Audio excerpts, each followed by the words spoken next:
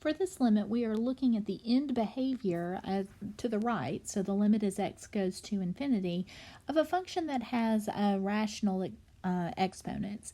And not only are these exponents rational, they're also negative. And typically speaking, I don't think in negatives very well. And so I'm going to go ahead and rewrite this function that we want to take the limit of using positive exponents. So the exponent rule is that if we were to drop this term down into the bottom, we could change the exponent from negative 1/3 there to positive 1/3.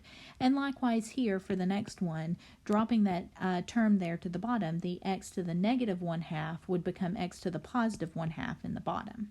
Okay, so we're looking at this limit.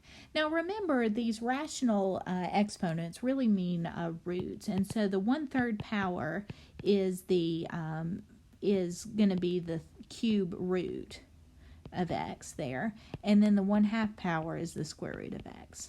Okay, that's not super necessary, but that might also help you be able to think about what's going on here. So what we have here when we are looking at this limit now is we've got the situation where we've got two terms that are subtracted from each other, and the x's only live in the bottom of each one of these where we have positive exponents now. And so what we have for each one of these is a situation where we've got 1 divided by infinity in each one of these cases. So we've got a 1 divided by infinity minus 1 divided by infinity. Now it may look like this would be an indeterminate form, but it's actually not, because division by infinity, think about the denominator getting really, really small. So the denominator getting really, really big would be like one piece out of a lot of pieces. And that's going to be really close to 0. And so we are looking at here a situation where the 1 over infinity would be 0, and we can do the subtraction 0 minus 0 without any trouble. And so that gives us our final answer of 0, even though this looks like kind of a mysterious sort of setup.